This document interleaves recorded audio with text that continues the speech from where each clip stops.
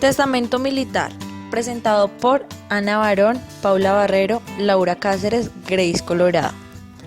El testamento militar es el realizado en tiempo de guerra por militares en campaña, voluntarios, rehenes, prisioneros y demás individuos empleados en un ejército que se encuentre en país extranjero o que lo sigan, y que se otorga ante un oficial que tenga al menos la categoría de capitán y siempre en presencia de 2 testigos idóneos.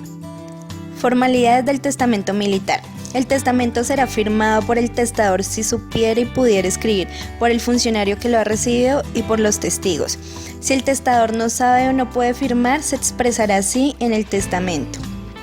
Circunstancias para otorgar testamento militar.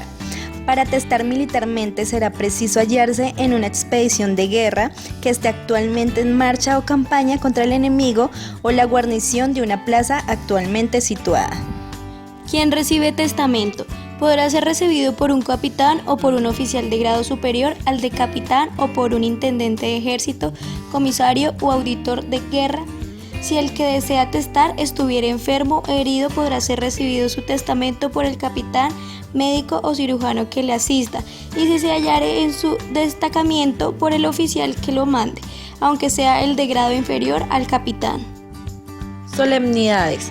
El nombre, apellido y domicilio del testador, el lugar de su nacimiento, la nación a que pertenecía, su edad y las circunstancias que hicieron creer que su vida se hallaba en peligro inminente. El nombre y apellido de los testigos instrumentales y el lugar de su domicilio. El lugar, día, mes y año del otorgamiento. El visto bueno del jefe superior de la expedición o del comandante de la plaza, si no hubiere sido otorgado ante el mismo jefe o comandante, el secretario del prefecto lo remitirá, una vez cumplidas las formalidades legales, al notario del último domicilio del testador, y si éste ignorare o no fuere conocido, al notario del capital del territorio. Los testigos afirman si dispondrán sobre los puntos siguientes. El testador parecía estar en su sano juicio si manifestó la intención de testar ante ellos sus declaraciones y disposiciones testamentarias.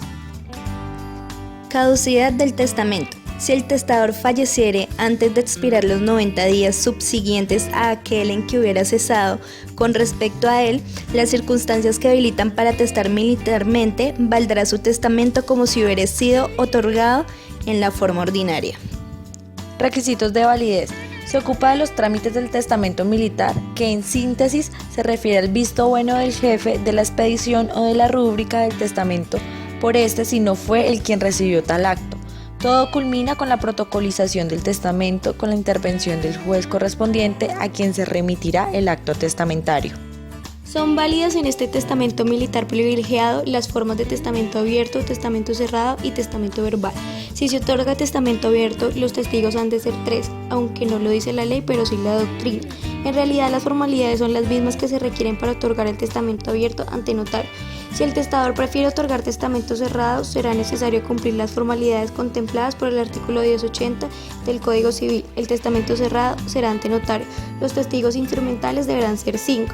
En relación con las firmas rige lo siguiente: se requieren las firmas del testador, del funcionario que recibió y de los 5 testigos.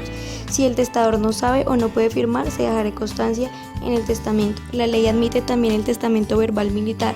En tal caso se observarán las formalidades de esta especie de testamento. Podrá prescindirse en tal caso, nos parece el funcionario oficial, capitán, etc. Se aplicarán simplemente las normas del testamento verbal privilegiado.